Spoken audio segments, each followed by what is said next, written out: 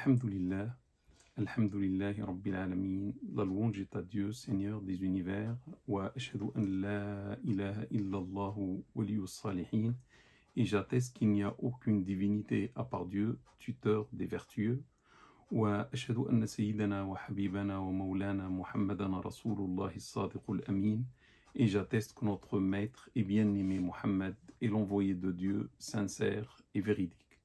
Sayyidi, Amir al-Anbiya, maître émir des prophètes, sallallahu alayka adad nujum as-sama, que les prières de Dieu soient pour toi au nombre des étoiles du ciel, wa rimal as-sahra, et au nombre des sables du désert, wa awladi Adama wa Hawa, et au nom de la descendance d'Adam et Ève.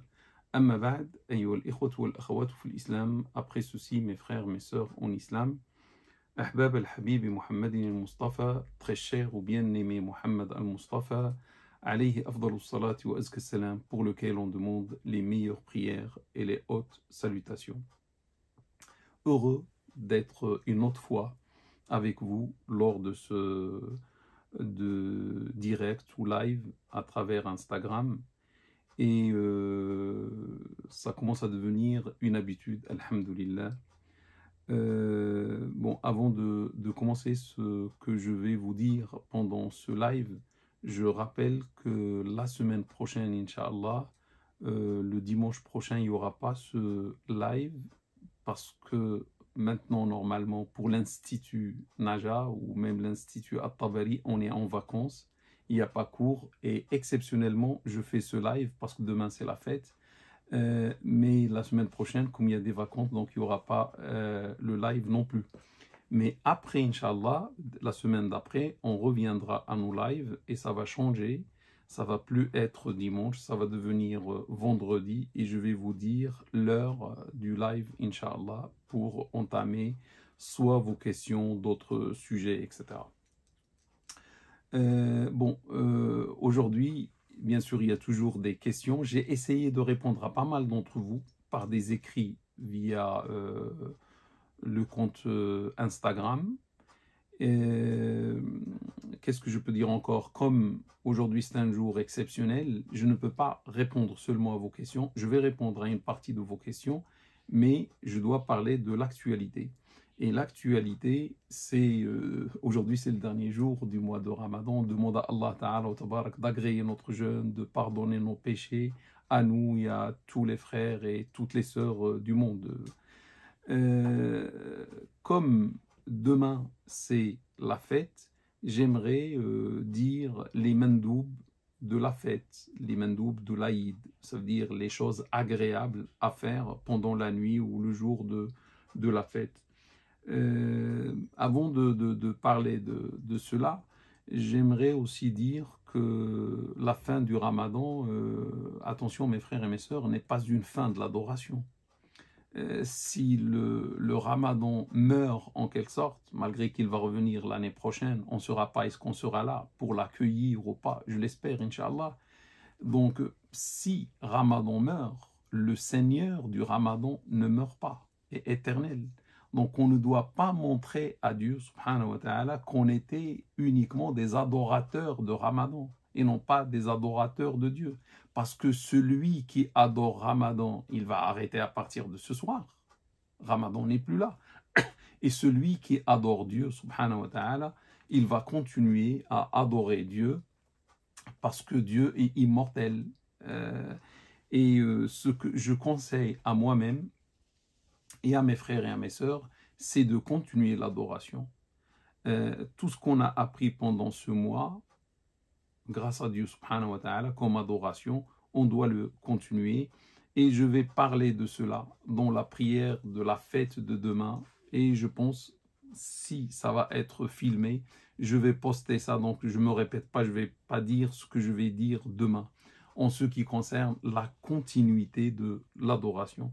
Et le meilleur d'entre nous, mes frères et mes sœurs, est celui qui va continuer avec ferveur l'adoration de Dieu subhanahu wa ta'ala après le mois de Ramadan. Et surtout, pas de haram après le mois de Ramadan. Il y a des gens qui attendent que demain pour revenir au haram. De quel jeûne s'agit-il? Non, je ne reviens pas demain au haram. pas de haram, à vie, je veux pas le haram, moi. Comme vous, on va adorer Dieu et continuer à le faire, même s'il n'y a pas le mois de Ramadan. Que Dieu nous aide, bien sûr, à rester comme ça, comme ce qu'on était pendant le mois de Ramadan. Je commence par la première, si vous voulez. La première partie, c'est les mandoub de la fête, les choses agréables à faire. Sachez que la première des choses, bon, ça fait pas de ça, c'est pas agréable, c'est obligatoire. Attention, n'oubliez pas l'obligation d'acquitter vos zakats de al-fitr.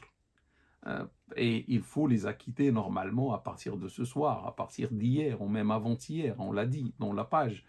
Et le dernier délai, normalement, c'est demain matin, avant la salat, avant la prière. Parce que dans un hadith, le prophète dit, celui qui l'acquitte avant la salat, avant la prière, c'est une zakat. Et celui qui l'acquitte après la salat, c'est-à-dire à 10h, à midi, à 14h, ça devient une aumône parmi les aumônes. Et c'est tout, c'est-à-dire on perd le statut de cette zakat. Comme on va donner, il vaut mieux donner aujourd'hui, ou maximum demain matin. Mais demain matin, c'est à ceux qui vont donner directement aux pauvres. Celui qui donne à une mosquée, mais après la mosquée, je ne sais pas, ou l'association, est-ce qu'elle aura le temps demain de donner aux pauvres? Ou ça va être après-demain, etc. Bon, je ferme la parenthèse. Je pense que vous avez compris l'essentiel. Je vous ai rappelé d'acquitter la zakat du fitr, et je pense que la majorité d'entre nous a déjà fait cela.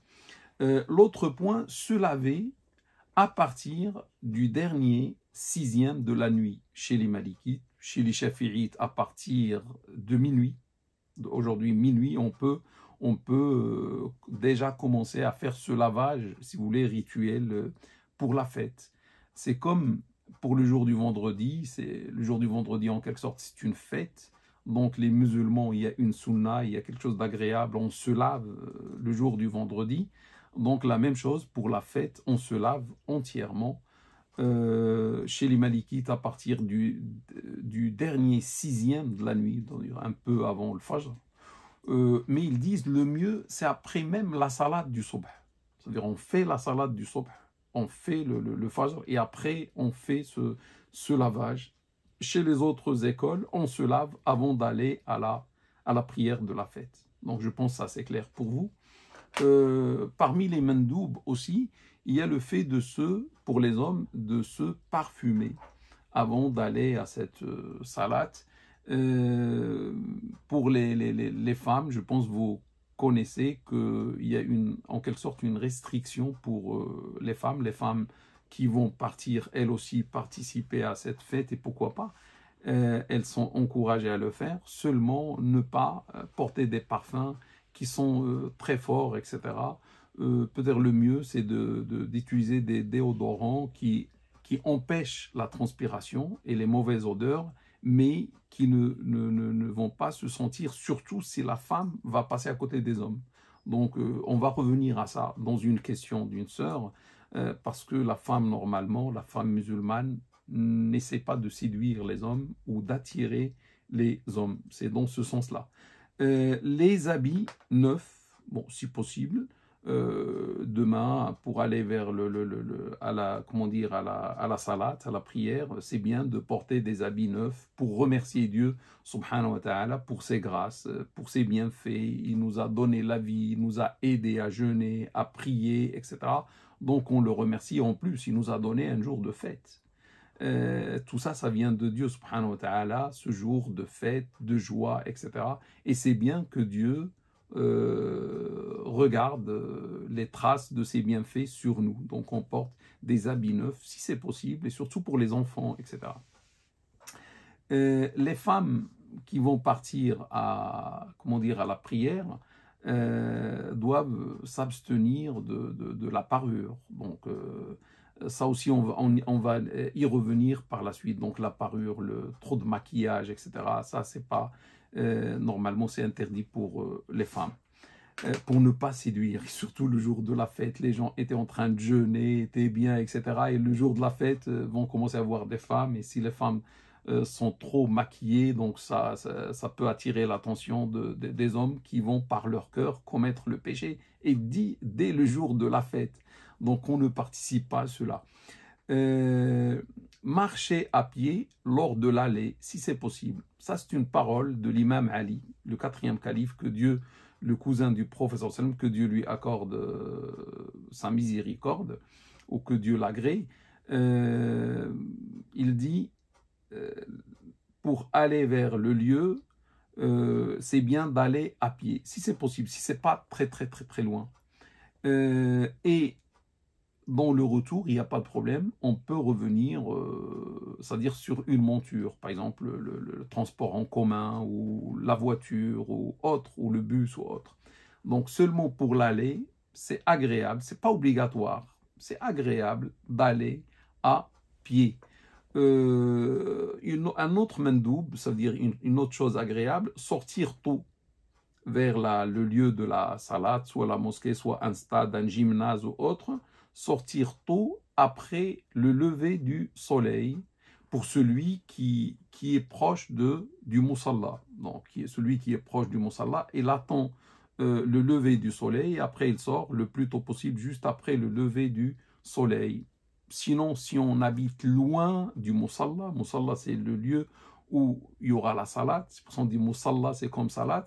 Donc, celui qui habite loin, il lui est permis de sortir même avant le lever du soleil, un temps qui lui permet d'assister, d'atteindre la salat, la prière avec les musulmans. Donc, c'est à lui d'apprécier le temps qu'il faut. Il sort le temps qu'il faut pour être avec les gens pendant la salat, et il a le droit de sortir même avant le lever du soleil parce qu'il habite loin.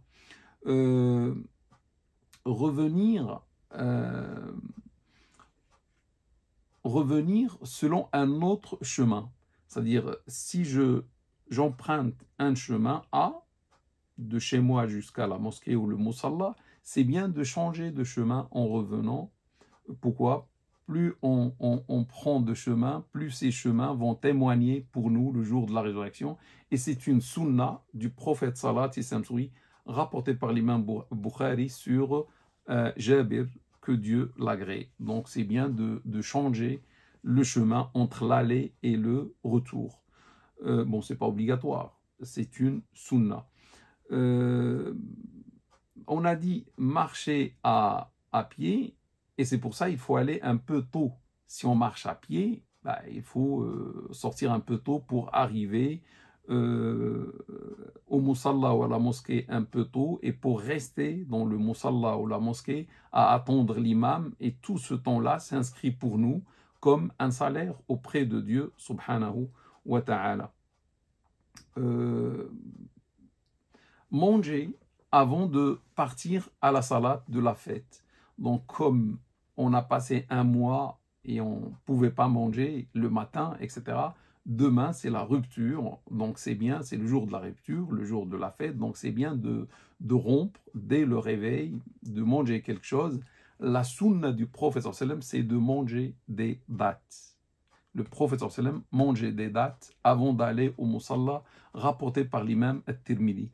Donc le nombre de dattes, c'est bien que ça soit un nombre impair, 1, 3, 5, bon, selon ce que vous voulez. Vous pouvez aussi boire un peu d'eau avant de partir à la salat, et après, quand vous allez revenir, manger ce que vous voulez par la suite. Bon, le mieux, c'est comme ça. Ça, c'est mandoub. Si quelqu'un veut manger plus, il peut aussi. C'est pas obligatoire de ne manger que des dattes. C'est la sunna, mais c'est pas haram de manger avant de partir. Mais il vaut mieux, si on peut suivre la sunna, notre messager salat, islam sur lui, c'est meilleur.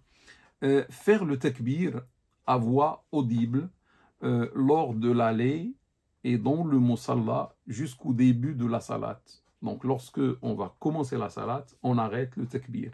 Mais lorsqu'on sort de chez nous pour aller à la mosquée, ou même lorsqu'on arrive à la mosquée, ou au lieu, le gymnase ou le stade, le lieu de la salat, on continue le takbir. Allahu Akbar, Allahu Akbar, Allahu Akbar, etc. Dieu est infiniment grand. On remercie Dieu, on glorifie Dieu qui nous a permis de jeûner tout un mois et qui nous a donné ce jour de fête, qui a fait de ce jour-là une fête pour nous et pour tous les musulmans du monde. Donc on le remercie en disant Allahu Akbar, Allah.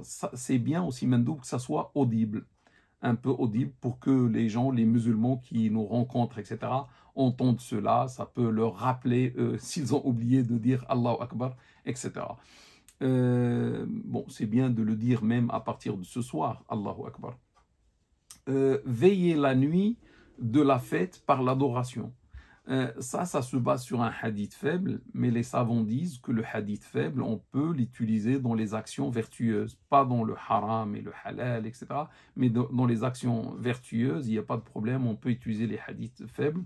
Donc, les écoles disent, on veille cette nuit-là à venir, la nuit de la fête, par l'adoration. Par exemple, la salat, bien sûr pas toute la nuit. Bon, celui qui peut toute la nuit, pourquoi pas, mais à condition de ne pas devenir faible le lendemain, le jour de la fête, où il va rencontrer beaucoup de gens, il va visiter beaucoup de gens, et il va avoir tendance à dormir. Donc, passer une partie de la nuit, Inch'Allah, à faire l'adoration, la salat par exemple, le dhikr, l'évocation de Dieu, le takbir, Allahu Akbar, le tasbih, Subhanallah, Subhanallah, Subhanallah, l'istighfar, Astaghfirullah, je demande pardon à Allah, je demande pardon à Allah, Astaghfirullah, le dua, c'est une nuit de fête, on finit là le mois de Ramadan, peut-être c'est bien dès maintenant, avant même le Maghreb et pendant le soir, faire des doigts, avant que le Ramadan se finisse là avec le Maghreb. Avec le Maghreb, c'est fini, le mois de Ramadan prend fin. Donc avant le Maghreb, c'est bien à la dernière heure de faire des doigts pour que Dieu nous pardonne nos péchés, pour que Dieu accepte notre jeûne, etc. On demande ce qu'on veut à Dieu subhanahu wa ta'ala. Et aussi pendant la nuit de la fête. Etc. Donc, ce sont les genres d'adoration qu'on peut faire. Tout à l'heure, j'ai dit c'est bien de rompre le jeûne demain matin avant d'aller vers la salade, mais attention, dans la grande fête, la fête du sacrifice, on ne mange pas. On mange du foie du sacrifice, comme faisait le prophète sallam. Donc, on part sans manger, c'est pas obligatoire, c'est mandoub, on part sans manger au lieu de prière, et après le lieu de prière, on va sacrifier le mouton, et quand on revient, et on va être à la maison, à ce moment-là, on prend le foie, et on le cuit, et on rompt le jeûne par le foie, bien sûr, si cela ne dure pas. Il y a des gens qui reviennent à minuit avec leur mouton, dans le cas où on revient dans un temps raisonnable. On s'abstient de manger jusqu'à à peu près 10h, 11h du matin. Subhanallah, donc là, le mois de Ramadan, lorsqu'il se finit, le jour de la fête, on commence par manger, mais comment il s'appelle, le jour de la grande fête du sacrifice, on commence par jeûner. Le contraire, on jeûne jusqu'à 10h ou 11h et on mange, même si on ne va pas sacrifier. C'est bien de jeûner jusqu'à 10h à peu près et rompre le jeûne. 10h, c'est à peu près là où l'imam égorge son mouton. Veiller, bon, ça on a dit. Il y a d'autres choses qui peuvent être dites aussi dans ce sens. C'est demain, le jour de la fête, c'est bien d'être généreux, plus que d'habitude, parce que c'est la fête, donc être généreux avec sa famille, avec sa femme, avec ses enfants, et aussi avec les pauvres. Donner pas mal d'aumônes, selon ce qu'on peut, essayer de donner l'aumône aux pauvres pour les rendre heureux dans ce jour de la fête. Aussi montrer la joie aux musulmans qu'on va rencontrer dans le chemin, là où on va faire la prière, etc. De sourire à nos frères et nos sœurs, de montrer la joie. C'est le jour de la fête, ça doit se voir sur nous, et d'une manière sincère, pas la comédie. Et aussi la visite de la famille. Donc c'est bien de visiter la famille, c'est bien de la famille proche, d'aller les voir, où ils viennent chez nous, etc. Donc c'est un jour où on renforce le lien familial normalement, et ceux qui sont loin, au moins le téléphone, on peut les contacter au téléphone. C'est en gros ce qu'on peut faire comme bonne action liées à la fête. Bon, une autre question d'actualité, que faire après la fête? Rattraper mes jours ou faire les 6 jours de Shawwal? Cette question revient tout le temps, tous les ans, elle revient. J'ai fait une vidéo bien détaillée à propos comment dire,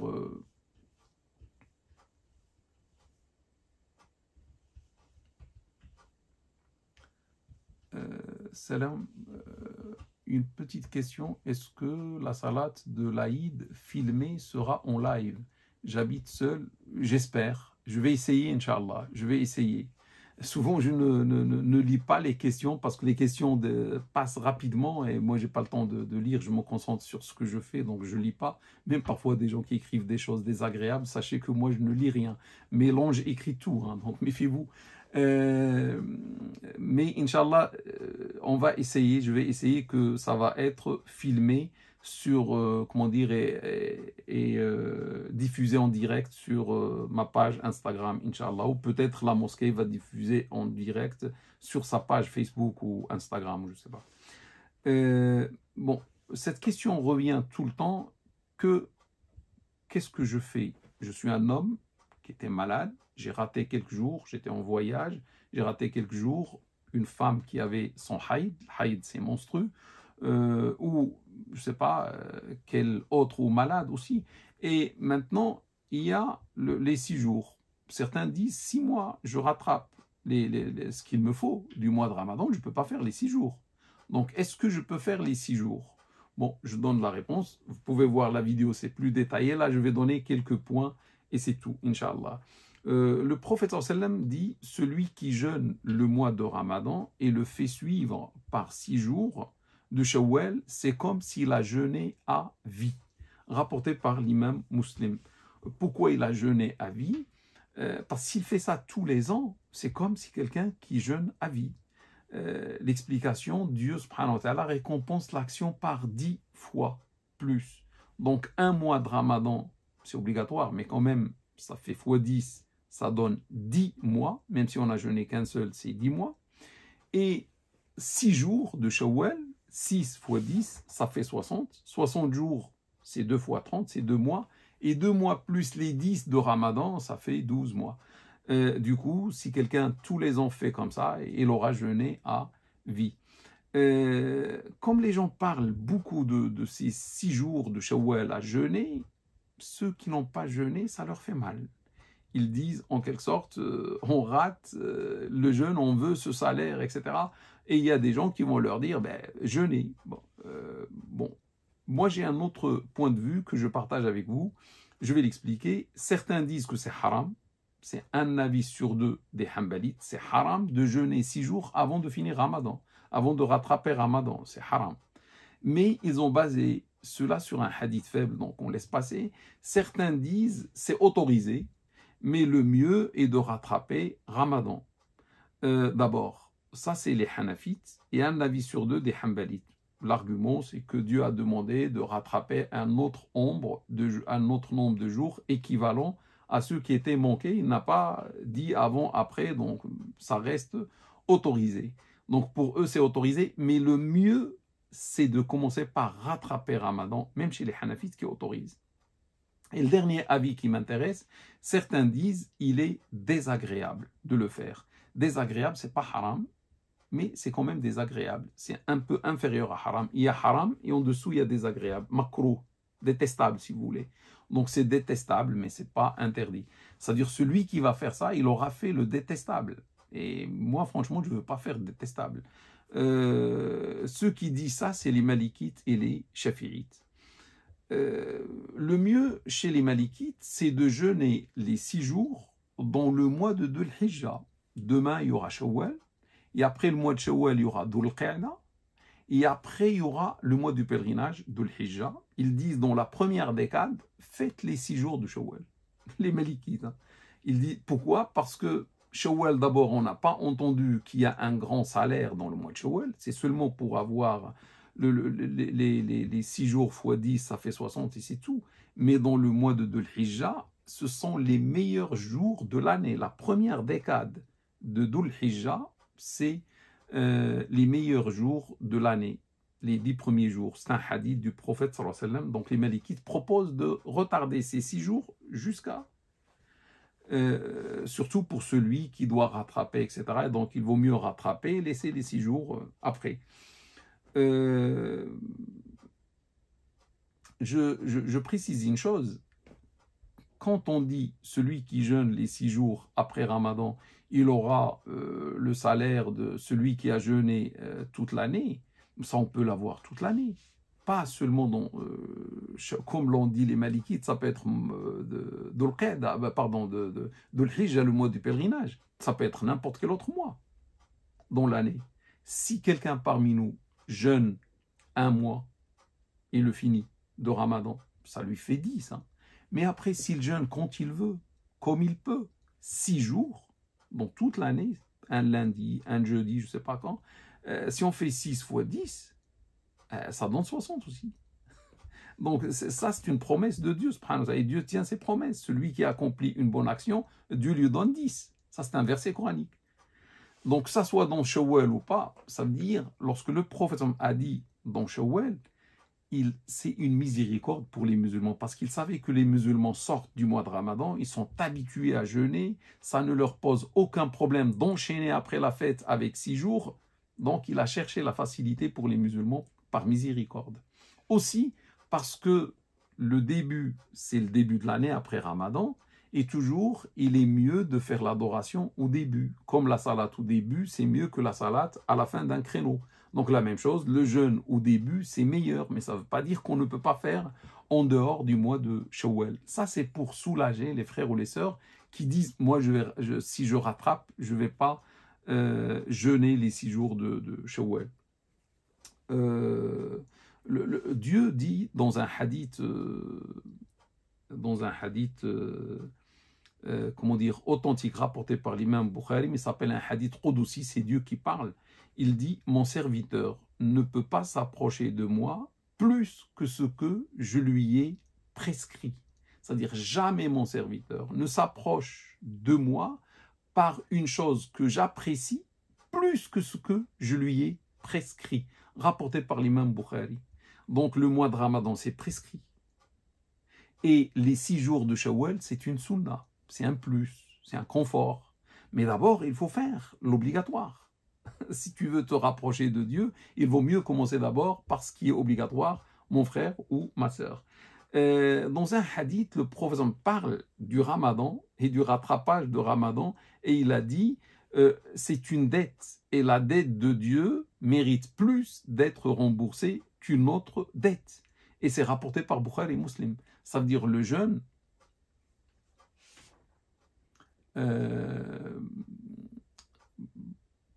donc la dette du mois de Ramadan, qui c'est une dette, c'est obligatoire, mérite d'être remboursée le plus tôt possible, avant même de commencer les sunnas ou le confort des 6 jours de Shawwal, etc. Le problème, mes frères et mes sœurs, que Dieu allonge notre vie dans le bien, Inch'Allah, mais on est sûr de rien. Chacun de nous peut partir chez Dieu à n'importe quel moment, voulu par Dieu subhanahu wa ta'ala. Donc imaginez quelqu'un qui finit le mois de Ramadan, il lui manque 6 jours, il lui manque 10 jours, et il va jeûner 6 jours de Shawwal, il se préoccupe par la sunna, et il rate le Ramadan. Il n'aura pas fait l'obligation, il va partir chez Dieu sans l'obligation. Donc je trouve que c'est un peu quand même risqué de partir chez Dieu sans avoir fait ce qui est obligatoire, alors que j'avais le temps. Et je n'ai pas choisi de faire l'obligatoire, j'ai choisi de faire ce qui est sunna. Un autre argument, mes frères et mes sœurs, le prophète dit, celui qui jeûne Ramadan et qui le fait suivre par 6 jours. D'abord, qui jeûne Ramadan. Donc, je pense que vous avez compris, qui jeûne Ramadan, et après il le fait suivre. Mais le frère ou la sœur qui n'a pas jeûné tout le Ramadan, il lui manque. Est-ce qu'il est dans ce cas? Je trouve qu'il n'est pas dans le cas. Il n'a pas fini le Ramadan. Il dit celui qui jeûne le mois de Ramadan et qui le fait suivre, c'est-à-dire après la fin du Ramadan, après avoir fini tous les jours de Ramadan. C'est-à-dire je rattrape ce qu'il me faut et après je jeûne les 6 j'aurai ce salaire-là. C'est rapporté par l'imam Muslim.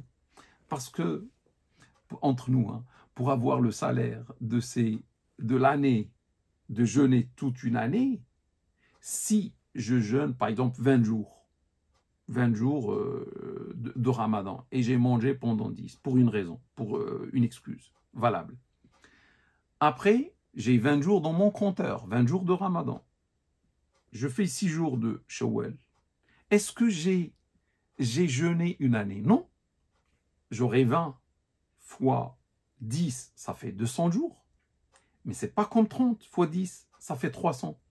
Il me manque 100 jours avec les 10 qui manquent. Et j'aurai jeûné 6 jours de Shawwal. 6 fois 10, ça fait 60, mais je suis loin du compte de 360 jours.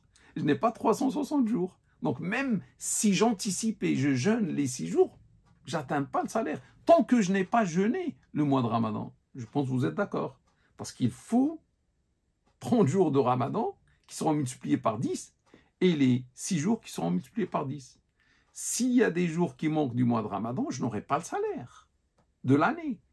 Tant que je n'ai pas rattrapé mon jeûne. Donc autant rattraper mon jeûne le premier.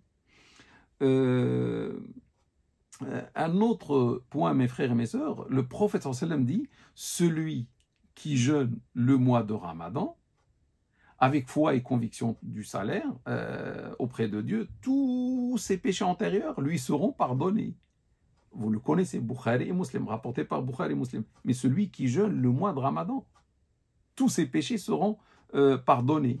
Donc si quelqu'un s'amuse à ne pas finir Ramadan, parce que le mois de Ramadan est fini, il y a Shawwal, il va commencer à jeûner les 6 jours de Shawwal, on va l'attendre pour qu'il soit pardonné. Il doit d'abord finir le rattrapage du Ramadan. Une fois il a fini Ramadan, ses péchés seront pardonnés. Qui parmi nous va vouloir que ses péchés traînent encore pour finir les 6 jours de Shawwal, et après un jour, je ne sais pas, je vais rattraper le Ramadan, et après Dieu me pardonne. Non, je préfère que je sois pardonné le plus tôt possible. Je veux rapidement commencer par ma dette ramadanique. L'autre chose,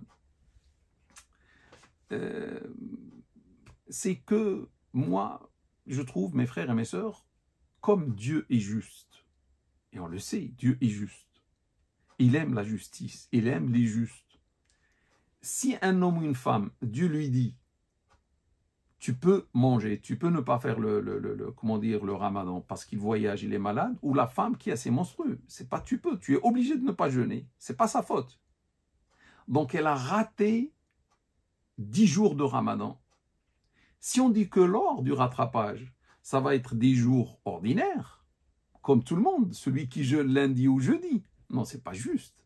Ça veut dire, pour cette femme ou cet homme, d'après la justice de Dieu, quand il va décider de rattraper le manque de Ramadan, dès que je dis demain, Seigneur, demain, on est la nuit, demain, je vais commencer le rattrapage du Ramadan. Je jeûne un jour de Ramadan. Dès là, Dieu déclenche pour toi, tu es dans le mois de Ramadan. Alors que tout le monde n'est pas dans le mois de Ramadan.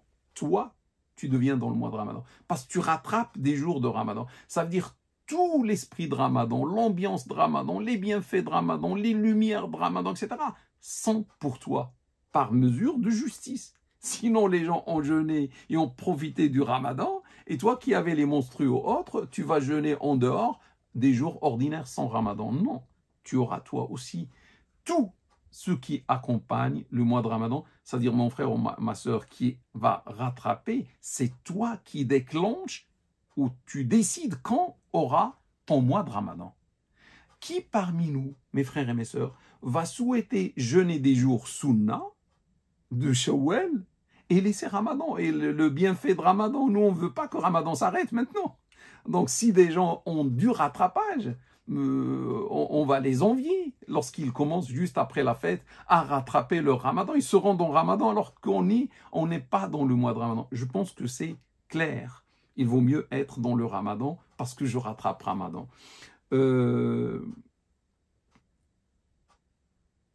Maintenant, avec tous ces arguments, je pense que vous avez compris mon point de vue, à quoi je penche et à quoi j'encourage mes frères et mes sœurs, c'est de rattraper le mois de Ramadan, comme vous pouvez, soit on continue les 6 jours, ou disperser, ou le lundi et jeudi, chacun fait comme il peut, et selon sa capacité, Inch'Allah, et que Dieu vous aide, mes frères et mes sœurs, à rattraper vos jours. Si quelqu'un ne peut pas, il dit tout ce que tu dis c'est beau, mais moi je ne peux pas, je vais jeûner les 6 jours de Shawwal, je lui dis pourquoi pas mon frère ou ma sœur, tu ne vas pas faire le haram, mais tu vas faire le désagréable chez les Malikites et les Shafi'ites, et ce n'est même pas désagréable chez les Hanafites. Fais ce que tu veux et que Dieu agrée ton jeûne. Voilà pour ce point. Maintenant, j'arrive aux questions-réponses, Inch'Allah, après avoir parlé de l'actualité. Il y a une sœur, d'abord que je lui présente mes condoléances, et je demande à Allah Ta'ala wa Tabaraka de lui donner l'immense salaire. Elle dit, j'ai perdu récemment mon fils de 16 mois.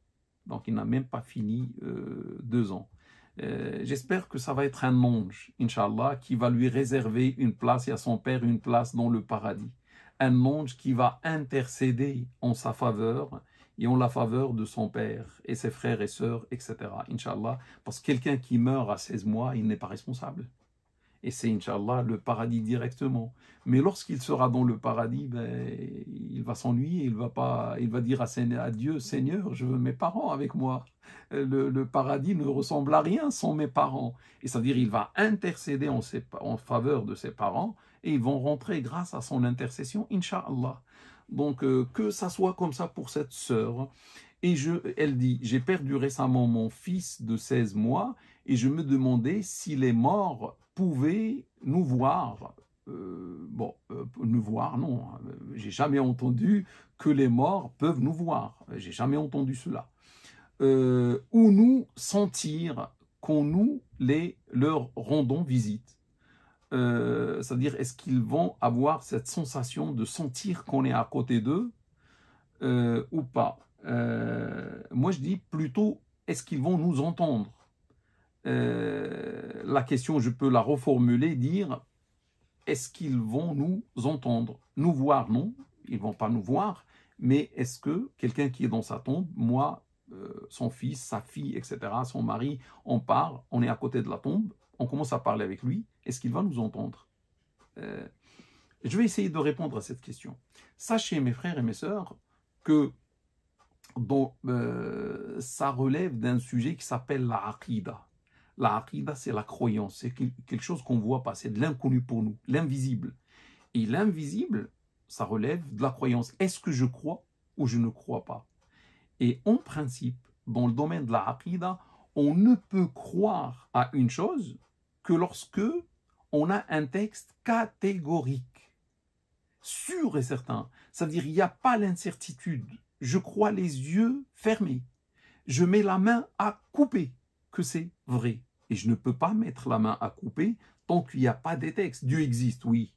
Le paradis existe, oui, je mets la main à couper. L'enfer, oui. L'archange Gabriel, oui.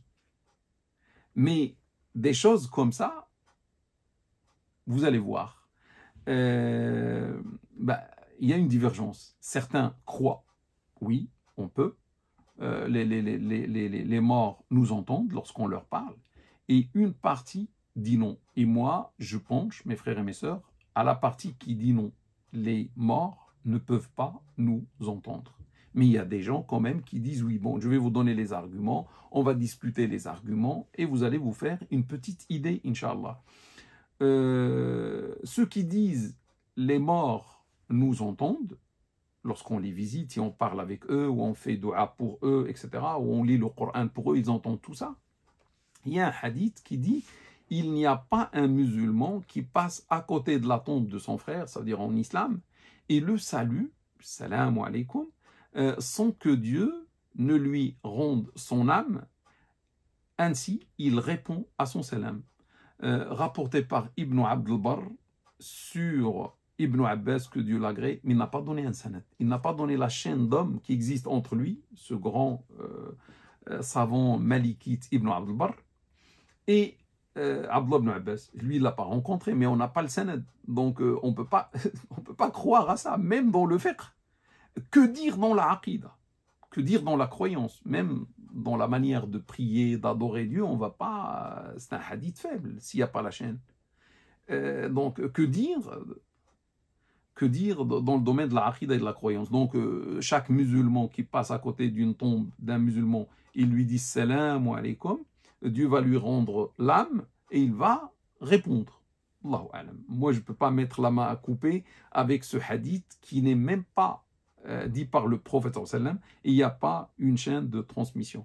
Il y a un autre hadith chez gens qui prétendent que les morts entendent les vivants, que le mort, lorsqu'on le met dans sa tombe, et on part, on fait salat, et on le laisse le pauvre dans sa tombe, et on part, on espère qu'on le laisse dans un paradis, et on part, il entend, subhanallah, les bruits des pas de ses proches qui l'ont enterré, qui sont en train de partir, il entend le bruit de leurs pas, subhanallah. Gloire et pureté à Dieu, parce que Dieu remet l'âme dans le corps, c'est pour en quelque sorte l'interrogation. Il y a deux anges qui vont venir et qui vont l'interroger, qui vont lui poser des questions, qui est ton Seigneur, qui est ton prophète, qui est ta religion, etc. Et il y aura d'autres choses, bon, c'est pas le moment de parler de tout ça. L'essentiel, il entend. Il entend, pourquoi vous dites il n'entend pas? Moi, je peux critiquer cette compréhension. Je ne peux pas dire le hadith, c'est vrai, c'est rapporté par Bukhari et Muslim. Sur Anas, que Dieu l'agrée, sur le prophète sallallahu alayhi wa sallam. Donc on ne peut pas mettre en doute ce hadith. Il est unanimement authentique. Mais je le critique autrement. Ça, c'est pendant l'enterrement. Est-ce que mes frères et mes sœurs, on peut généraliser ce moment d'enterrement à tous les jours et tous les années? Quelqu'un qui est mort depuis 40 ans. Je pars à sa tombe et je dis salam alaikum, je parle avec lui, il va m'entendre. Alors que son corps n'existe plus. Il est décomposé. Ça le problème. Est-ce qu'on peut généraliser? Moi, je ne mets pas la main à couper de dire oui, on généralise. Donc ça, c'est un fait. Celui qui vient d'être enterré entend le bruit des souliers ou des pas des gens qui l'ont enterré. Point. Mais ça ne dit pas que tous les morts et tous les ans jusqu'au jour de la résurrection, ils entendent. Non. Il y a un autre hadith comme argument pour ces gens-là. Le prophète sallallahu alayhi wa sallam a parlé avec les morts le jour de Badr. Et c'est un hadith rapporté par Bukhari, par Muslim sur Abdullah ibn Omar, que Dieu l'agrée. Bon, le prophète sallallahu alayhi wa sallam, il y avait la bataille de Badr, l'année 2 de l'Hégire, il y avait des morts associateurs, il y avait 70 morts, et ils ne pouvaient même pas creuser, donc ils ont mis tout le monde dans des puits, ou dans un puits, tous les corps dans un puits. Et lorsqu'ils ont fini, le prophète sallallahu alayhi wa sallam est parti au bord du puits, et il a parlé avec les morts, avec les associateurs, qui n'étaient pas musulmans. Il leur a dit, avez-vous trouvé ce que Dieu vous a promis vrai ou pas? Car nous avons trouvé vrai ce que Dieu nous avait promis. C'est-à-dire, on a la victoire. On vous a gagné. Dieu nous a promis une victoire, elle est là. 300 ont remporté une victoire écrasante contre 1000 personnes. 1000 associateurs, les musulmans étaient que 314. Il y avait la victoire et c'était la première bataille entre les musulmans et les associateurs. Donc le prophète a parlé avec eux. Sallallahu alayhi wa sallam. Gloire et pureté à lui. Omar le saisit et lui dit, mais messager de Dieu, tu parles avec les morts? Ils n'entendent pas. Et le prophète lui dit, vous n'avez pas entendu ma parole plus qu'eux. C'est-à-dire, si vous avez entendu, eux aussi ont entendu ma parole. Donc il dit, voilà, les morts entendent la parole de... Moi, je peux critiquer le hadith est vrai, je ne le critique pas. Je critique seulement la manière de comprendre le hadith. On peut dire, oui, il venait d'être enterré. Et on a vu tout à l'heure que celui qui meurt et qui est enterré, il entend les pas, etc. Donc peut-être c'était ce moment-là. Peut-être c'était seulement un miracle fait par Dieu pour son prophète sallallahu alayhi wa sallam. Un miracle réservé à Muhammad sallallahu alayhi wa sallam sur lui. C'est tout. Donc on peut interpréter. Et si on commence à interpréter, il n'y a plus la vérité, il n'y a plus la certitude. C'est interprétable. Quand est-ce qu'on a la certitude? Quand c'est ininterprétable. La chose ne s'apprête pas du tout à l'interprétation. Moi, j'arrive à l'interpréter. Peut-être c'est un miracle. Non, on ne parle pas avec les morts. C'est un miracle pour Muhammad sallallahu alayhi wa sallam. Allahu alam. Ce qui va encore aggraver la chose, c'est que Aïcha, que Dieu l'agrée, l'épouse du prophète sallallahu alayhi wa sallam, notre mère, lorsqu'elle a entendu cela, elle n'a pas accepté, elle a refusé, elle s'est opposée et elle a dit que non, le prophète sallallahu alayhi wa sallam n'a pas parlé avec les morts parce que Dieu lui a dit dans un verset, et Aïcha était forte, c'était une femme de grande science et d'un grand courage. Elle critiquait même les grands compagnons qui étaient savants parmi les compagnons, comme Abdullah ibn Omar, comme Abdullah ibn Abbas, comme Abu Huraira. Tout le monde a eu droit à des critiques de la part de notre mère, Aïcha, que Dieu l'agrée, et avec science, et avec argument. Là, elle donne l'argument. Dieu dit dans un verset coranique à Muhammad sallallahu alayhi wa sallam, Innaka la tusmi'ul mawta. Certes, tu ne peux pas faire entendre les morts, ou faire entendre aux morts ta parole. C'est un verset coranique. C'est Dieu qui dit à Muhammad sallallahu alayhi wa sallam, tu ne peux pas faire entendre les morts ou parler avec les morts. Et il lui dit dans un autre verset coranique, وَمَا أَنْتَ بِمُسْمِعٍ مَّن فِي الْقُبُورِ. Et certes, tu n'es pas de nature à faire entendre ceux qui se trouvent dans les tombes. C'est Aïcha qui dit, mais c'est pas possible de me dire qu'il a fait ça. Donc Aïcha s'oppose à cela. Et là, ce sont des versets coraniques. Donc on ne peut pas dire que si Muhammad, sallallahu alayhi wa sallam, malgré qu'il est la meilleure créature, ne peut pas, sans miracle venant de Dieu, faire entendre les morts, comment moi ou quiconque peut faire entendre les morts? Même le prophète ne peut pas, sauf si Dieu l'aide avec un miracle, et c'était le cas le jour de Badr. Un autre hadith, le prophète sallam est parti au cimetière et dit Assalamu alaykum, demeure de gens croyants. Assalamu alaykum, maison ou demeure de gens croyants. Inch'Allah, nous allons vous rejoindre. Vous êtes nos prédécesseurs et on va bientôt vous rejoindre. Rapporté par Muslim sur Abu Huraira. On dit là, c'est une formule. Bon, eux, ils disent, s'ils disent salam à des gens, c'est pas possible qu'ils parlent avec des morts qui ne répondent pas et qui n'entendent pas. S'il leur a dit salam alaykum, c'est que ils vont l'entendre et même répondre. Je dis attention, le hadith est vrai, rapporté par Muslim, c'est authentique, mais votre déduction, je ne suis pas d'accord avec elle, parce que vous êtes en train de déduire, de faire des déductions qui ne se trouvent pas dans le texte. Il n'a pas dit salam alaykum, il a dit à ses amis comme l'autre fois. Vous voyez, tous ces gens qui se trouvent dans le cimetière nous entendent quand on leur parle. Il n'a pas dit ça. Il a dit seulement salam alaykum, c'est une formule de politesse. Il rentre dans le cimetière, il va saluer ceux qui se trouvent dans les tombes, peu importe qu'ils entendent, ils n'entendent pas, il les a salués. Et nous, on fait de même comme le prophète lorsqu'on rentre dans les cimetières. Donc, on ne peut pas généraliser et dire que ces gens-là nous entendent. Et si le prophète, Dieu lui dit, il ne peut pas faire entendre les gens qui se trouvent dans les tombes ou les morts, ben, je vois mal comment nous, on va pouvoir le faire. Un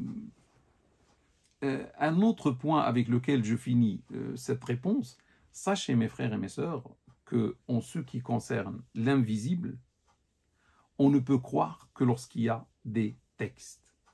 Ce que je peux dire à cette sœur qui a perdu son fils, qui a 16 mois, il y a une chose, on peut faire le doua. Le doua profite aux morts. Parce que si je parle avec un mort, qu'est-ce qu'il va gagner avec moi? Et en plus, il ne m'entend même pas. Et je ne sais pas qu'est-ce que je vais lui dire. Et si je lui dis des choses, moi je suis sûr, il ne m'entend pas. Et il ne me répond pas. Il y a parole lorsqu'il y a discussion, lorsqu'il y a échange, mais je ne vais pas entendre ce qu'il dit. Au moins, donc il ne va pas profiter, moi je ne vais pas profiter de cela. Au moins faire quelque chose qui va être profitable pour ce mort. les du'as. Le prophète sallallahu alayhi wa sallam dit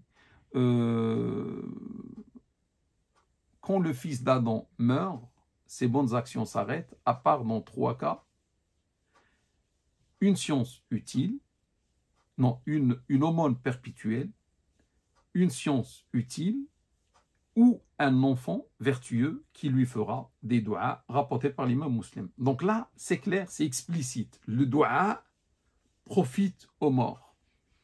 Donc, on fait le du'a pour les morts. Il y a autre chose qui va dans ce sens-là, c'est la salade de Genèse.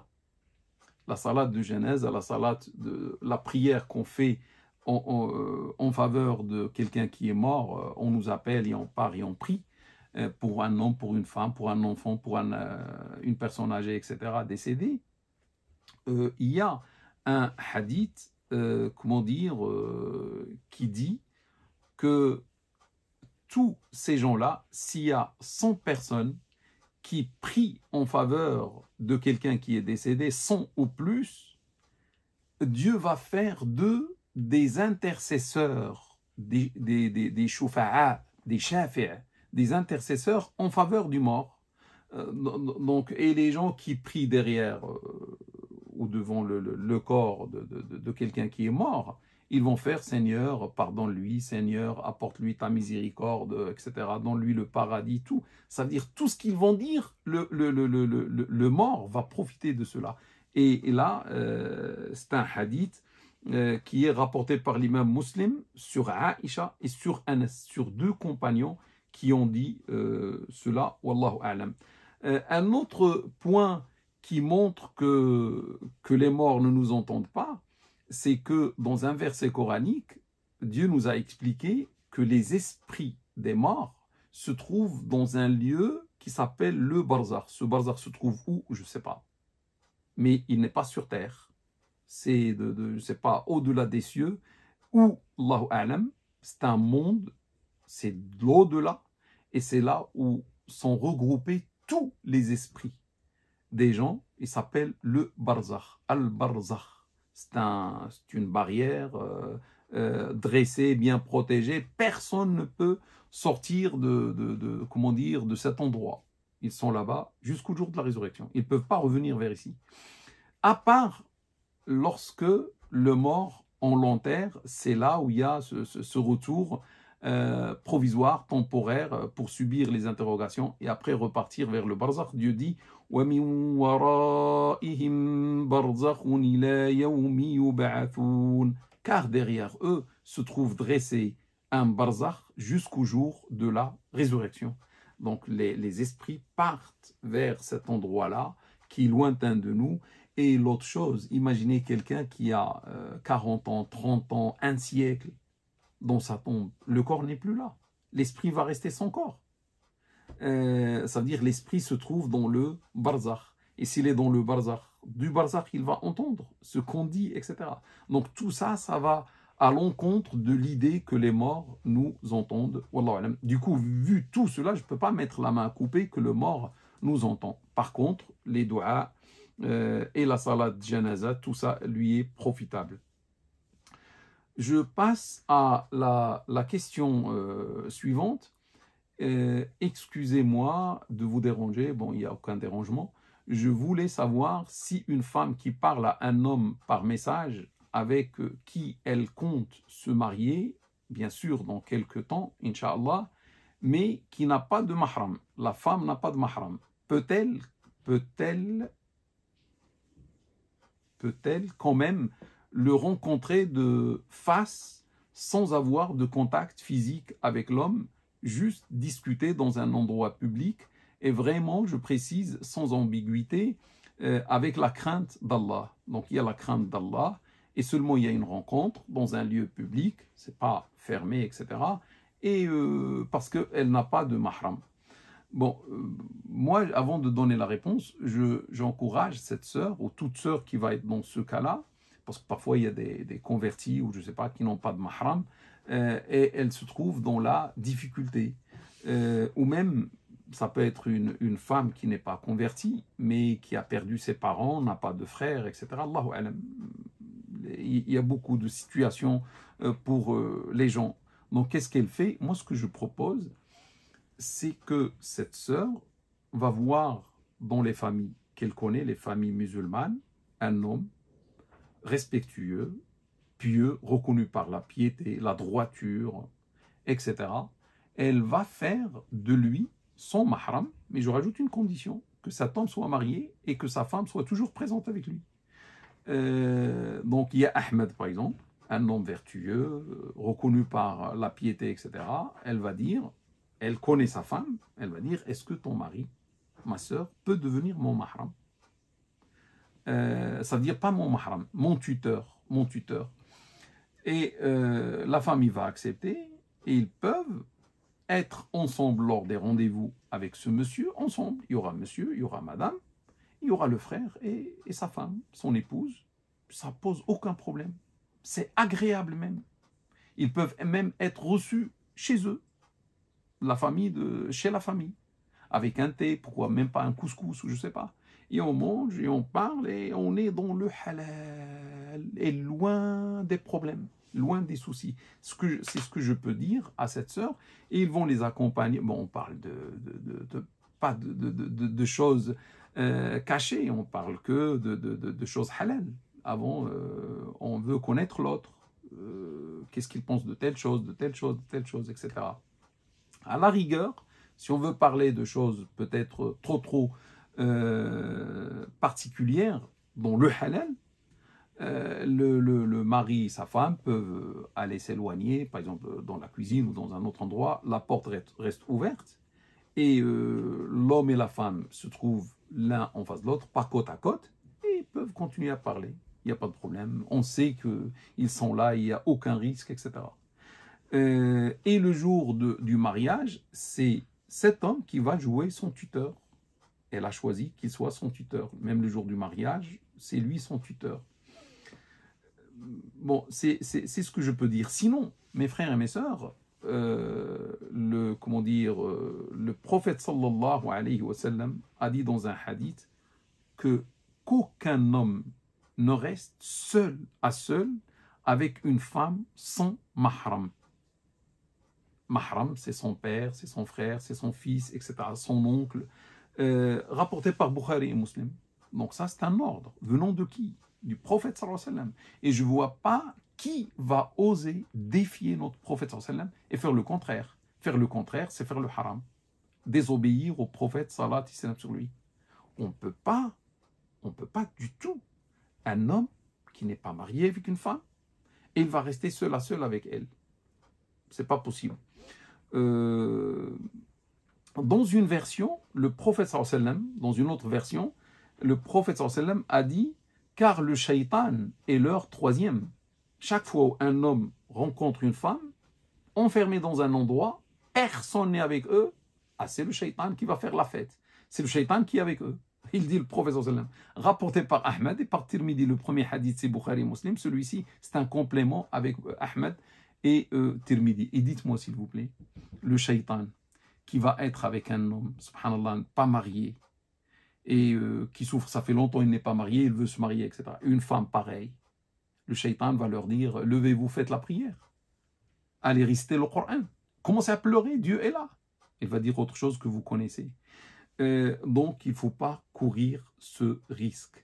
Lorsqu'il y a un homme avec une femme, la tentation devient infinie. La tentation devient infinie et il ne faut pas faire cela. Je dis, c'est interdit. Cet isolement, on appelle en arabe ça khalwa. Khalwa. Khalwa. C'est l'isolement, c'est être tête à tête, seul à seul, dans un endroit fermé. C'est haram, même par Internet. Parce qu'il y a le frère ou la sœur, il est à Marseille, elle est à Paris, par exemple, il n'y a pas de problème, il n'est pas à côté de moi. Donc non, parce que vous pouvez parler, vous pouvez vous voir maintenant. Il y a même des caméras, on peut se voir le visage et voir et entendre, etc. Et ça, c'est pas autorisé que lorsqu'il y a un mahram. Je vais dire à monsieur, il y a mon père avec moi, il y a mon frère, etc. Donc lorsque monsieur va savoir qu'il y a son père, il va bien parler ou il va bien écrire des choses correctes, etc. Bien sûr, la première rencontre va être correcte, la deuxième correcte, la troisième correcte, et après on va s'approcher de l'incorrect. Hein. Parce que ça y est, il y a un attachement qui va se faire entre monsieur et madame. Ça y est, on se croit même marié, parce qu'on s'est engagé à nous marier, et on devient des gens qui se connaissent comme depuis 20 ans, ça y est, et on va commencer à parler des choses qu'il ne faut pas dire. Et c'est ce qui se passe. C'est ce qui se passe. Donc, on peut utiliser Internet. Moi, je ne dis pas non, mais seulement toujours avec le hadith du professeur, un mahram, son frère, son père, je ne sais pas, sa maman, quelqu'un avec elle. Elle ne reste pas seule à seule avec lui. On ne laisse pas... Bon, je me tais. Donc, le téléphone aussi, c'est comme Internet, le téléphone aussi. Ou bien en présentiel. Soit la rencontre est à distance, mais seul à seul, ou en présentiel, seul à seul. Tout ça, c'est interdit. Autre chose, on va me dire, on va nous mettre dans un parc. On va nous mettre, tout le monde nous voit. On va nous mettre, comme ce que dit la sœur là, mais la pauvre, elle n'a pas de mahram. Dans un café, je ne sais pas, et les gens sont à côté de nous, il y a aucune crainte. Si, il y a une crainte. Chaque fois où il y a un homme avec une femme, il y a une crainte. Parce que c'est vrai, nous on voit que vous parlez seulement, mais qu'est-ce que vous êtes en train de dire? Vous êtes en train de dire Subhanallah, Subhanallah, Subhanallah. Ou il y aura des choses. On va se parler, une fois, deux, trois, après, monsieur va inviter la femme, la future femme, à aller voir la maison. Il va lui dire, viens, je veux te montrer la maison, etc. Il peut être avec une bonne intention. Mais l'intention va changer lorsqu'on est dans la maison. La femme va ne pas vouloir, elle va résister, etc. Mais une autre fois, elle dit, mais c'est pas possible, tu me fais pas confiance, etc. Viens voir l'appartement. Et après, il y a les problèmes qui arrivent. Après, on va appeler l'imam pour dire, est-ce qu'on peut avorter? Mais moi, j'ai reçu pas mal de... C'est pourquoi je parle comme ça, j'ai reçu pas mal de questions de sœurs qui disent, avec celui avec lequel je voulais me marier, il y a une grossesse avant le mariage, est-ce que je peux faire l'avortement? Mais je ne l'ai pas entendu une fois ou deux. Donc vous voyez, lorsqu'on ne suit pas notre religion, on arrive là, malgré que la sœur avait une bonne intention, et malgré que le frère avait une bonne intention. Mais mettre l'homme et la femme dans un feu fermé, c'est grave, c'est grave. La tentation est infinie. Et on arrive à des choses qui sont interdites en islam. De plus, le prophète sallallahu alayhi wa sallam nous a dit, si l'un se présente à vous et il vous demande votre main, c'est-à-dire le mariage, et vous avez confiance en sa religion et son comportement, mariez-le. Moi, quand je vois quelqu'un qui me demande de m'isoler avec lui dans un parc ou dans, je sais pas, dans un café, où il me demande d'aller chez lui complètement, moi je me méfie. Ah, je m'éloigne, je ne veux même pas me marier avec lui. Parce que ce n'est pas celui que je cherche. Moi, je cherche un pieux, un homme vertueux, et quelqu'un qui me demande d'aller avec lui à la maison, alors qu'il sait que c'est interdit, il me demande l'interdit. On n'est même pas mariés. Non, je me méfie. Et une femme qui va accepter ou qui va demander d'aller à la maison elle-même, l'homme doit se méfier. Ce n'est pas la femme qu'il faut. Ah, c'est grave là. C'est grave. Dernièrement, une sœur m'a écrit depuis à peu près une semaine par Instagram, et elle m'a dit, est-ce qu'elle peut faire le repentir? Qu'est-ce qu'elle peut faire avec l'homme avec lequel elle veut se marier d'ici peu? Elle a commis le haram pendant ce mois sacré, lors d'une rencontre. Donc quand moi j'entends tout ça, est-ce que je vais encourager mes frères et je vais dire halal? Non, je ne dis pas halal. Je ne vais pas être responsable. Et j'essaie de préserver mes frères et mes sœurs de tomber dans ce haram. Le problème, une femme qui va faire ça une fois, elle demande de faire le repentir. Le mari, ou le futur mari, c'est pas un mari. Subhanallah, on veut le privilège du mariage avant le mariage. patience. Cet homme-là, il a goûté à une chose et il va demander encore plus. Et le mariage, peut-être c'est d'ici une année. Et il va demander la même chose. Subhanallah. C'est haram. C'est haram d'arriver là. Est-ce qu'on n'a pas peur de Dieu? Et en plus, dans le mois de Ramadan. La hawla wa la quwwata illa billah. La sœur, s'il va lui demander une autre fois, elle va dire non. Il va lui dire, je ne veux plus me marier avec toi, je vais chercher une autre qui va accepter. Et la sœur va, je ne sais pas ce qu'il va faire, est-ce qu'il va accepter ou pas? Elle veut se marier avec lui. Non. Moi, celui-ci, je m'éloigne de lui comme de l'Est avec l'Ouest, comme la terre avec le ciel, ou avec elle. Je veux un pieux, je veux une pieuse, je veux quelqu'un qui va m'aider à adorer Dieu, à rester musulman, à rester musulmane, et non pas quelqu'un qui va me mettre dans l'enfer avec ces deux mondes. La sœur, souvent, lorsque elle va parler Internet, etc., avec quelqu'un, à un certain moment, elle va lui dire, je veux te voir en face. Ben, viens chez nous. J'ai un père, j'ai une mère, j'ai une famille. C'est bien aussi, tu vas faire la connaissance de ma famille. Je serais heureuse qu'il y ait cette connaissance. Où est le problème? Tu veux me voir? Viens. Je ne suis pas invisible. Mais je ne peux pas aller tête à tête avec toi, là où toi tu veux. Ça, pas possible. Je ne veux pas tomber enceinte. Je ne veux pas faire le haram. J'aime Dieu plus que toi, sache-le. J'aime Dieu plus que toi, sache-le. Et je ne peux pas désobéir à celui qui m'a créé, qui est mon maître, pour te faire plaisir, toi, la créature. Soit tu respectes ce que Dieu demande, soit slama, soit on coupe. C'est tout. Il y aura mieux que toi, Inch'Allah. Dieu va me donner un pieux. Et en plus, quelqu'un qui fait ça, une femme, ne peut pas avoir confiance en lui. Jamais il va dormir en confiance, parce que je ne sais pas ce qu'il va faire avec d'autres femmes. Déjà avec ça. Et en plus, subhanallah, ceux qui vont commencer par ça, c'est comme si quelqu'un va voler l'argent pour faire le pèlerinage. Il va faire un haram pour aller adorer Dieu. Le mariage est une adoration. On ne nie pas ça. C'est une grande adoration, le mariage. Mais gardons notre adoration pure et loin de tout haram. Je ne peux pas, wallah, je ne peux pas commencer cette grande adoration, le mariage, avec le haram.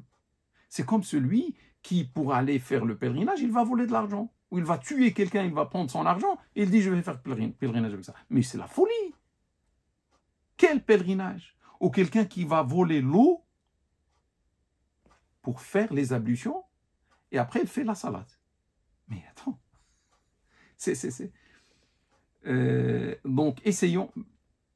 Un autre point, mes frères et mes sœurs, la femme qui va faire une relation comme ça, et en cachette, à un certain moment, il va lui dire, on se voit, je veux te voir, je veux qu'on parle, hein, je vais te payer, Inch'Allah, un dîner, merci. Je vais te payer un dîner, je ne sais pas, j'ai un cadeau à te donner, etc. Viens qu'on parle. Qu'est-ce qu'elle dit dans sa tête? Elle dit, si je ne dis pas oui, il va partir vers une autre qui va accepter. Et moi, je reste sans. Moi, je dis, reste sans. C'est pas le bon. S'il te demande ça, c'est pas le bon. Hein. Tu vas vivre que malheur avec lui. Il y a beaucoup de questions que je reçois. Le malheur après le mariage. Ne pensez pas que le mariage. C'est pour ça, c'est bien de choisir quelqu'un de pieux. Et sachez, mes frères et mes sœurs, un homme vertueux, un homme pieux, c'est un bienfait de Dieu. Et Dieu ne le donne pas à celle qui désobéit. Dieu donne ses bienfaits à celles qui lui obéissent. Et la même chose, une femme pieuse, une femme vertueuse, croyez-moi, c'est un trésor. C'est un grand bienfait de Dieu, une femme pieuse. Jamais celui qui désobéit à Dieu subhanahu wa ta'ala ne peut rêver de ce cadeau. Donc vous voyez, c'est pour ça qu'il a dit at-tayyibuna at-tayyibat ou lit-tayyibin ou at-tayyibuna lit-tayyibat, donc les vertueux aux vertueuses, les vertueuses aux vertueux, etc. Bon. C'est Allah qui donne ça. comme cadeau aux uns et aux autres. Donc, je ne veux pas faire le haram. La sœur va dire, mais il va partir. Qu'il parte vers une autre. Mais moi, je ne veux pas de lui. Sache, ma sœur, que ce que tu vas faire là, cette rencontre, ces visites, il va venir vers chez tes parents, etc. Tout ça, c'est un moyen. C'est pas ça qui va te marier. Parce qu'elle dit, si je ne fais pas, il ne va pas se marier avec moi. C'est pas ça. Il faut corriger notre aqida. Ça relève de la aqida. La croyance. On doit avoir la bonne croyance en islam. Qui marie? C'est Allah. Ton mari. Personne ne peut le prendre. Il viendra jusqu'à chez toi, ton mari. Personne ne peut l'éloigner de toi. Même si tu vas dire non, je ne veux pas, etc., il va rester, il va aller jusqu'au mariage parce que tu es sa femme et c'est ton mari. Ça, c'est notre aqida. Et celui qui n'est pas le mari, il va partir. Il ne faut pas pleurer et dire pourquoi il est parti. Il est parti chez sa femme, qui est destinée pour lui, prédestinée pour lui. Toi, tu n'es pas sa femme. Et c'est comme ça. Et je suis apaisé. Je demande à Allah, mon mari. Et un mari vertueux. Je demande dans le sujoud. Ça.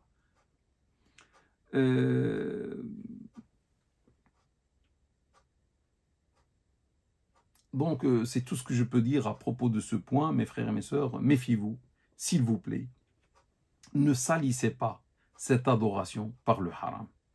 Et soyons corrects. Il y a un mode. J'ai fait un live, vous pouvez le revoir, c'est l'année dernière, vous pouvez le revoir. J'ai tout expliqué comment il faut faire. Subhanallah, la femme, je la demande à son père. Et je la visite chez ses parents. Et on parle, et ça, c'est béni. C'est béni. Où est le problème si ses parents sont là? On va parler un petit peu, hein, certainement ils vont en sortir, ils vont nous laisser dans le salon, distants l'un de l'autre, et on va parler. Où est le problème? Moi, franchement, je ne trouve pas un problème. Et tout ça, ça nous préserve. Ça préserve l'honneur de la femme. Ça préserve.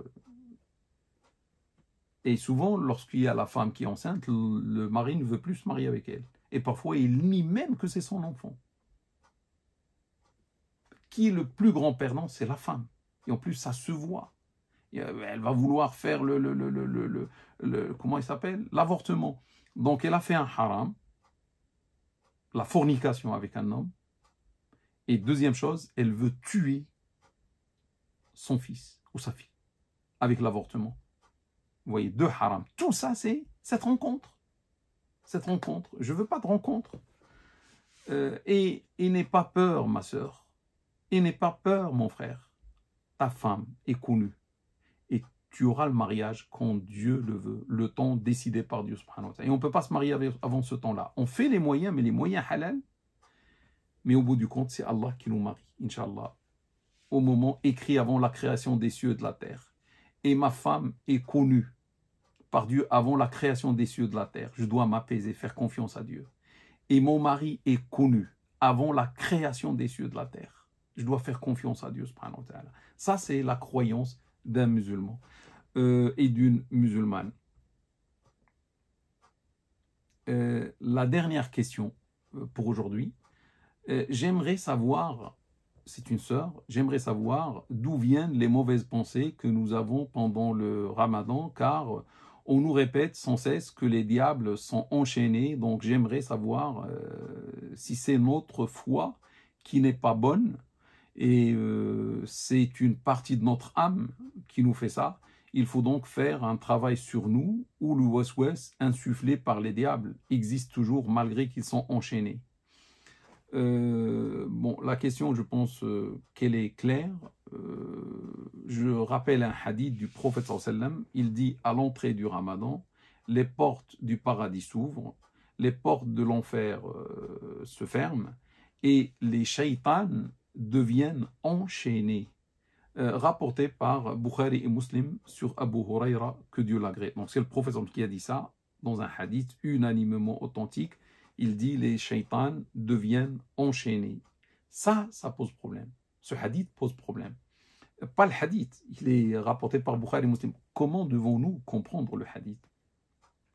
Certains ont compris d'une manière littérale ce hadith. Les shaitans sont enchaînés, il n'y aura plus de nuisance. Ils ne vont plus nous faire du mal par leur soufflement, etc.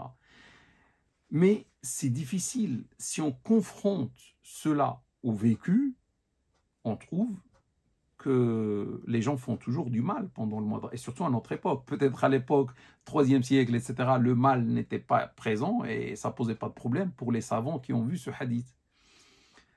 Mais on voit qu'il y a le mal. Les gens font du mal, ça veut dire sur incitation satanique. Malgré qu'ils sont dans le mois de Ramadan, on voit, est-ce qu'on peut dire que ce hadith signifie que les shaitans sont tous enchaînés? Et moi, je pose une question que je n'ai jamais vue quelque part. Est-ce que les shaitans sont enchaînés même pour les non-musulmans? C'est ça le problème. Pour les non-musulmans. Mais je vois le mal sur terre. Même chez les musulmans. Et chez les non-musulmans. Regardez la guerre en Ukraine. C'est pendant le mois de Ramadan. C'est-à-dire les shaitans n'arrêtent pas. Comment comprendre ce hadith donc? Ibn Hajar, que Dieu lui accorde sa miséricorde, qui explique Bukhari, qui fait l'exégèse de Bukhari, a dit à son époque, 7e siècle approximativement, après le prophète sallam, et 7 siècles avant aujourd'hui, 7 siècles et demi, il a fait allusion à ça, et il a dit, peut-être il ne faut pas comprendre le sens littéral de ce texte. Il l'interprétait. Et il l'a interprété. Et qu'est-ce qu'il a dit? Il a dit, il y a beaucoup de bien dans le mois de Ramadan, venant de Dieu. Il y a beaucoup de miséricorde, il y a beaucoup de pardon. Même si on fait la faute, Dieu nous pardonne. Donc il y a beaucoup de choses comme ça qui descendent du ciel. Et ça couvre en quelque sorte la nuisance des diables et des shaitans. Ça veut dire tout ce que les shaitans vont faire va être négligeable devant le pardon, même s'ils induisent les gens en erreur, comme c'est le mois de Ramadan, Dieu pardonne, il y a le bien, et du coup, ça devient presque minimal ou insignifiant. La ruse ou le mal satanique devient presque insignifiant, et cela, c'est comme s'ils sont emprisonnés, ou ils sont enchaînés. Donc là, il est en train d'interpréter, alors que le prophète a dit enchaînés. Donc là, il signifie par l'enchaînement, c'est l'abondance du bien et du pardon qui minimise le mal venant du diable, et c'est comme si le shaitan devient enchaîné ou emprisonné et sa nuisance ne nous touche pas. C'est Ibn Hajar qui a dit ça. Moi, mes frères et mes sœurs, je dis autre chose. Je dis, je ne peux pas ne pas croire à ce hadith. Le hadith dit, ils sont enchaînés. Ils sont enchaînés. Mais seulement, est-ce que si les diables ou les shaitans sont enchaînés, cela arrête leur nuisance? Moi, je dis non. Pour réconcilier ce hadith avec ce qu'on vit. Donc, il n'y a pas d'arrêt du mal satanique malgré qu'ils sont enchaînés. Tu vas me dire, mais pourquoi? Je te réponds, d'après ce que je comprends, ils peuvent faire leur soufflement, jeter leur soufflement à distance. Moi, je vous parle maintenant à distance ou pas? Je vous parle à distance. Et eux aussi à distance. Comment? Allahu a'lam. Ils ont un pouvoir à distance, un Wi-Fi à distance, je ne sais pas. Et ils vont nous souffler des choses. Vous allez me dire, mais quel est votre argument? Je réponds. On sait, d'après l'histoire de notre père Adam et Ève, ils étaient dans le paradis. Dieu a expulsé du paradis Shaitan parce qu'il n'a pas vu, le diable Iblis n'a pas voulu se prosterner devant notre Père, il a été exclu, maudit. Et vous savez, il est maudit par Dieu, c'est-à-dire il n'a même pas droit au repentir. Le seul qui ne peut pas faire le repentir, c'est Iblis, le Shaitan, parce qu'il a été maudit. C'est fini pour lui. Il ne peut pas faire le repentir. C'est ça, maudit, l'enfer, directement. Lorsqu'il était expulsé, exclu du paradis, il a voulu prendre sa revanche sur ce couple qui est dans le paradis et qui fait partie des êtres humains, notre père et notre mère, Adam et Ève. Donc, qu'est-ce qu'il va faire? Il va parler avec eux. Et le Coran nous a dit les échanges entre Iblis et notre père Adam et Ève lorsqu'il était en train de les piéger en quelque sorte. Le Coran a parlé de tout ça. Est-ce qu'il était revenu au paradis. Moi, je dis c'est impossible. Si Dieu l'a maudit, un homme maudit, pas un homme, un être maudit ne peut pas mettre le pas dans le paradis. Parce que certains exégètes, j'ai lu, ils ont dit oui, il est rentré dans le paradis. Ils ont dit des choses que je ne peux pas accepter. Ils ont dit, il a rencontré, comment il s'appelle, une vipère qui marchait sur 4 pattes, et c'était la créature la plus belle, cette vipère, et lui a demandé, tous les animaux ont refusé, et lui a demandé de le mettre dans sa bouche. Donc, elle l'a mis dans sa gueule, elle est entrée au paradis, parce que les gardiens l'ont empêché d'entrer, les gardiens du paradis. Et il s'est mis dans la gueule de la vipère, et elle est rentrée avec. Donc, lorsqu'il était à l'intérieur, il a parlé avec, comment dire, avec Adam et Ève, et c'est pour ça que Dieu a puni la vipère, il lui a enlevé ses pattes, et il a mis ses pattes à l'intérieur de son ventre. Moi, franchement, je ne peux pas croire à tout ça. Ça existe dans les exégèses, mais Ibn Kathir dit que ce sont des récits israéliques. Ça veut dire, les exégètes, malheureusement, ont pris ça chez les gens du livre, qui nous ont précédés. Cette histoire, je vois qu'elle est inventée de toutes pièces. Parce que si Shaitan a pu entrer, parce qu'il a pu éviter la vigilance des gardiens du paradis, et Dieu était où? La vigilance de Dieu, elle est où? Donc, tout cela, c'est pas possible. S'il est maudit, il ne peut pas mettre le pied dans le paradis. Ça veut dire, et il y a une partie des savants qui disent non, il a parlé de l'extérieur. Donc il était à l'extérieur, loin du paradis, et il a parlé avec nos parents. Comment il a fait? C'est ce que j'ai dit, il peut nous nuire par ses soufflements à distance. Donc s'il est enchaîné, oui, mais cela n'empêche pas le soufflement satanique à distance. Je pense j'ai répondu à cette question.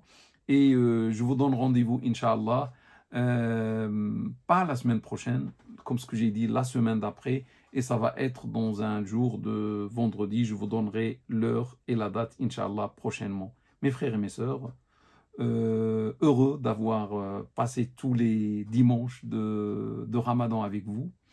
Et je demande à Allah de nous pardonner nos péchés. À la fin, là, bientôt, il reste peut-être 1 heure, 1 heure qui reste pour le Maghreb.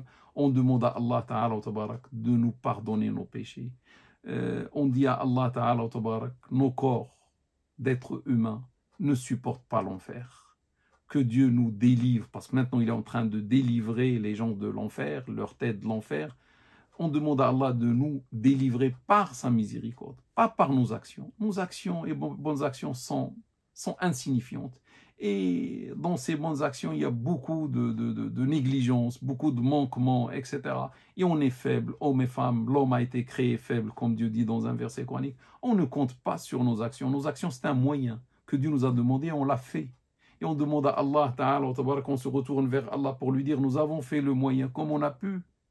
Mais Seigneur, nous comptons aujourd'hui seulement sur ta miséricorde, seulement sur ta générosité. Nous sommes tes créatures, nous sommes tes serviteurs, nous croyons à toi comme Dieu subhanahu wa ta'ala et nous espérons ton pardon. Offre-nous le pardon et pardonne nos péchés et agrée notre jeûne pour nous, pour nos frères et nos sœurs. Et à l'occasion aussi, je vous souhaite une bonne fête.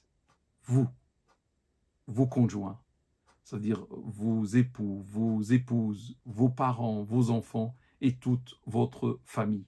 Que cette fête de demain nous apporte la joie, nous apporte le pardon, nous apporte la miséricorde et surtout le paradis.